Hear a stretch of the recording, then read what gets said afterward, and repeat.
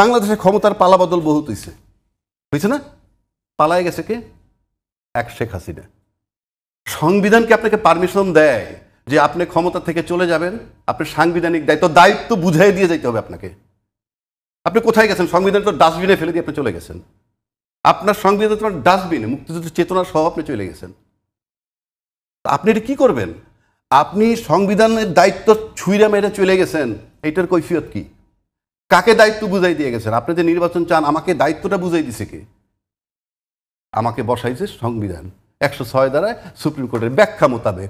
তারপরে দয়া করে উনি টাইম দিছেন যে আমি জুন 26-এর মধ্যে চলে যাব।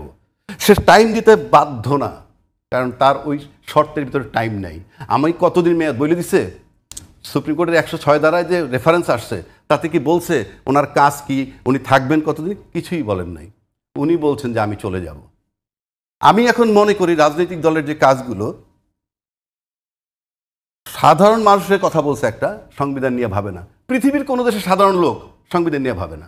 সংবিধান নিয়ে কাজ করে লিমিটেড লোক, হাতে গোনা লোক সংবিধান নিয়ে কাজ করবে, তারপরে সেটা আপনি এক্সিকিউট করবেন। এই যে আপনি আজকে কতদিন ধরে চলতেছে, ইউনূস সাহেব একটা অথর্ব লোক, রাজনীতি বোঝেন না, কিচ্ছু বোঝেন না। রাজনীতির উদ্দেশ্য তো ক্ষমতায় যাওয়া। যারা ভোট চায় তারাও তো ক্ষমতায় যাবে। তা আপনার ক্ষমতায় ইউনূস সাহেব চলেই গেছে। রাজনীতি বুঝেন না, উনি ক্ষমতায় গেছেন। আর আপনারা রাজনীতি বুঝেন, তারা তার কাছে নির্বাচন চাচ্ছেন যে নাকি বিদেশি লোক নিয়ে দেশ গঠন করতেছে।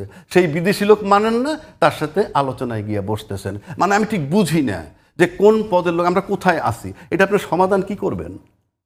কঠিন পরিস্থিতি। আজকে এতদিন ধরে আলাপ আলোচনাকেরা ইম্যাচিউরড ইউনূস সাহেব, রাজনীতি বোঝেন না, এনজিও চালান। কিন্তু ম্যাচিউরড রাজনীতিবিদরা গিয়েও তো একটা ঐক্যমত আসতে পারলেন না যে তাড়াতাড়ি এগুলো সমাধান করে একটা নির্বাচনে আমরা যাই। এখন এই পরিস্থিতি এমন হইতেছে, সবাই যেভাবে ঐক্যমতটা আসবে কিভাবে? ঐক্যমতটা আসতে গেলে যে সিচুয়েশন হচ্ছে যে অনেক রাজনৈতিক দল যারা বিভিন্ন সময় ক্ষমতায় আসছে, তাদের ক্ষমতায় যাওয়ার পথটা রুদ্ধ করা হচ্ছে। ইয়েস, এই দায়টা কার? এই যে সামরিক শাসন দেশে আসছে দুইবার, 111 আসছে, তারপরে যে এই ইউনূস সরকার আসলো, এই দায়টা কার?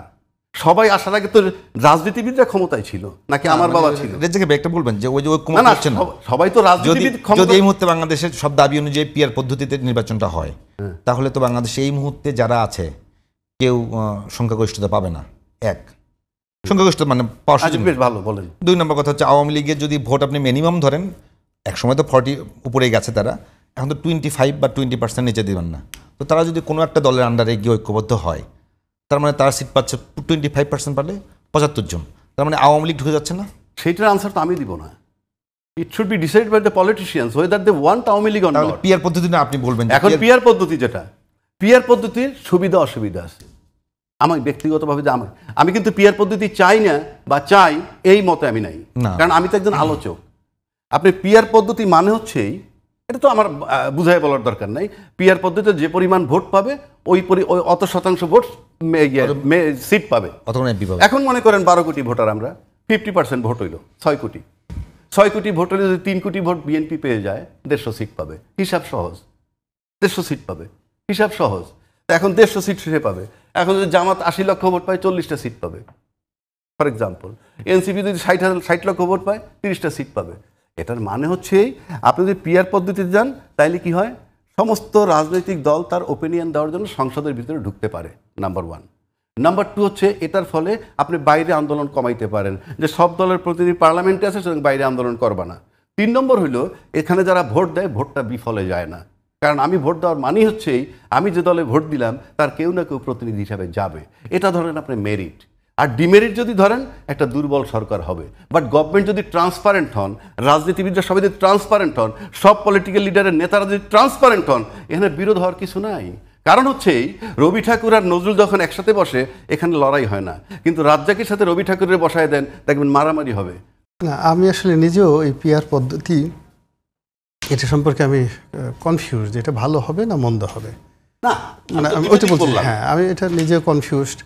2 নম্বর হলো যে আমি যেটা দেখলাম যে আমাদের দেশের লোকগুলো সাধারণত খুব কনজারভেটিভ, ভীষণ রকম কনজারভেটিভ। তারা তাদের ট্রেডিশনের বাইরে নতুন কিছুতে সহজে যেতে চায় না। তো সেই ক্ষেত্রে আমাদের দেশের যে এই চুঙ্গা ফুকানো যে ইলেকশন, একটা নির্দিষ্ট প্রার্থীকে কেন্দ্র করে তাকেই ভোট দেবে এবং তাকেই এমপি বানাবে লোকজন।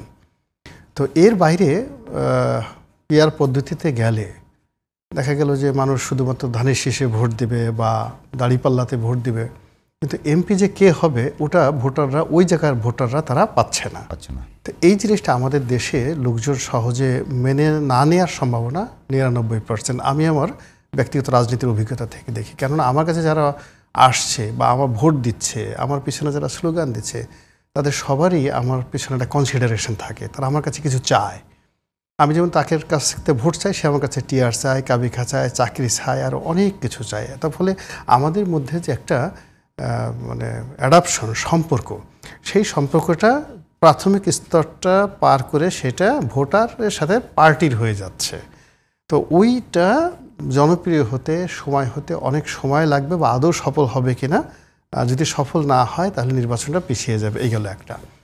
2 নম্বর হলো যে পৃথিবীর যে সকল দেশে গণতন্ত্র প্রাতিষ্ঠানিক রূপ পেয়েছে, যেমন আমেরিকাতে, ইউরোপের যে সকল দেশে, ভারতে, এখন যে সকল দেশের গণতন্ত্র সারা ওয়ার্ল্ডে মশহুর, খুব নাম করা, তো সেখানে তো এই পদ্ধতিটা আসলে বাস্তবায়িত নেই।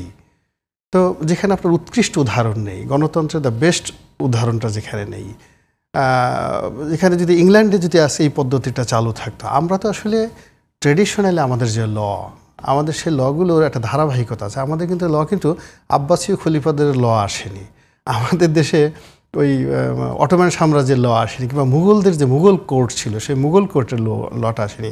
আমরা সেই ল্যাটিন গ্রিক রোমান ইংলিশ সেখান থেকে সেই আমাদের এখানে যে লিগাল সিস্টেমটা চলে আসছে। আবার ট্রেডিশনালি দেখেন আমাদের যে রাজনীতিতে আমরা ঘুরে ফিরে সেই ওয়েস্টমিনিস্টার যে ফরম্যাটটা, ওটাই কিন্তু আমরা চলে আসছি। এবং আমাদের যে ব্যুরোক্রেসিটা দেখেন, ঘুরে ফিরে সেই পাকিস্তানি ব্যুরোক্রেসিটা কিন্তু এখনও চলতেছে, মিলিটারি, সিভিল, ইভেন জুডিশিয়ারিতে।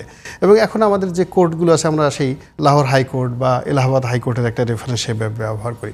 তো এত কিছু করার পরেও কিন্তু 200 বছরের একটা পুরনো আইনকেও আমরা কিন্তু এখন পর্যন্ত পরিবর্তন করতে পারতেছি না, বিকজ আমাদের ট্রেডিশনের বাইরে আমরা যেতে পারছি না। তো সেখানে এই পিআর পদ্ধতির যে বক্তব্য, এটা নিয়ে কথা হচ্ছে, আলোচনা হচ্ছে। যারা ছোট ছোট রাজনৈতিক দল তারা খুবই খুশি, তারা মনে করছে যে ঠিক আছে। কিন্তু এটাই তো এখন নির্বাচনের জন্য বড় ধরনের একটা মানে আলোচনার বা কেন্দ্র। এই জন্যই তো বিএনপি এখানে খুব ভীষণ রকম খেপে গেছে, যে এটা মূলত তাদের যে একটা বাড়াভার, সেই বাড়াভাতে ছাই দেওয়ার মতো একটা অবস্থা। এটা ভালো না মন্দ, এটা নিয়ে সামনে একটা সমস্যা দেখা দেবে। মানে অ্যাজ এ হোল সব মিলিয়ে আমাদের যে সামনের যে নির্বাচনের যে ডেট আছে, টাইম ফ্রেম আছে, সব কিছুর মধ্যে একটা অনিশ্চয়তা দেখা দিয়েছে আর কি। এই রনিবে যদি বলেন যে ভাই কিন্তু একটা কথা বলছে যে ডক্টর ইউনূস বাধ্য না একেবারে নির্বাচনের ডেট দিতে। না, সেটা তো উনি প্রথমেই বলে দিয়েছেন। উনি যখন আসার পর উনি কিন্তু তখন বললেন যে আমাকে আপনারা এনেছেন, এয়ারপোর্টে বলেছেন আমার কথা শুনতে হবে।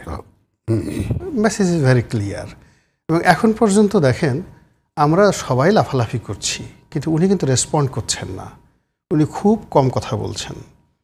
এবং উনি সেই প্রথম দিন থেকে এসে যে কথাগুলো বলছেন, সেই কথার বাইরে আমরা কিন্তু তাকে নিতে পারিনি এখন পর্যন্ত। আমরা তাকে লন্ডন পর্যন্ত নিয়েছি। এখন আমরা বলছি যে অনেকে বলছে যে উনি তারেক রহমান সাহেবের সঙ্গে দেখা করে ইজ্জত রক্ষা করেছেন। আবার ওনার পক্ষের যারা লোকজন আছেন তারা বলছেন যে তারেক রহমান সাহেবের সাথে যদি ইউনূস সাহেব দেখা না করতেন তাহলে তারেক রহমান সাহেবের ইজ্জত থাকতো না। তো এগুলো নিয়ে বিতর্ক হচ্ছে। কিন্তু অবাক করার ব্যাপার হলো উনি একটা টু শব্দ করেন নাই। এটা কিন্তু চারটিখানি কথা নয়। এবং দ্বিতীয়ত হলো ওখানে যে ভাষাগুলো আসছে, তারেক রহমান সাহেব তাকে যখন জিজ্ঞেস করছে আপনি কেমন আছেন, উনি কিন্তু খুব নির্লিপ্তভাবে বলছে এই যাচ্ছে। তারপরে আমার আম্মা আপনাকে সালাম দিয়েছেন, আচ্ছা তাকেও আমার সালাম দিয়েন। তাহলে মানে এই যে বিএনপি যেভাবে বলে যে খুব পাত্তা ঠাত্তা দিয়েছে বা এত কিছু হচ্ছে, কিন্তু ওনার এই দুটো ল্যাঙ্গুয়েজ, তারেক রহমান সাহেব জিজ্ঞেস করছে আপনার শরীর কেমন, উনি বলছে যে এই যাচ্ছে। তারপরে আবার বললো যে আম্মা আপনাকে সালাম দিয়েছেন। তাতে বোঝাই গেল যে তার যে সুপ্রিমেসিটা, সেই সুপ্রিমেসিটা তিনি কিন্তু এখন পর্যন্ত ধরে রেখেছেন।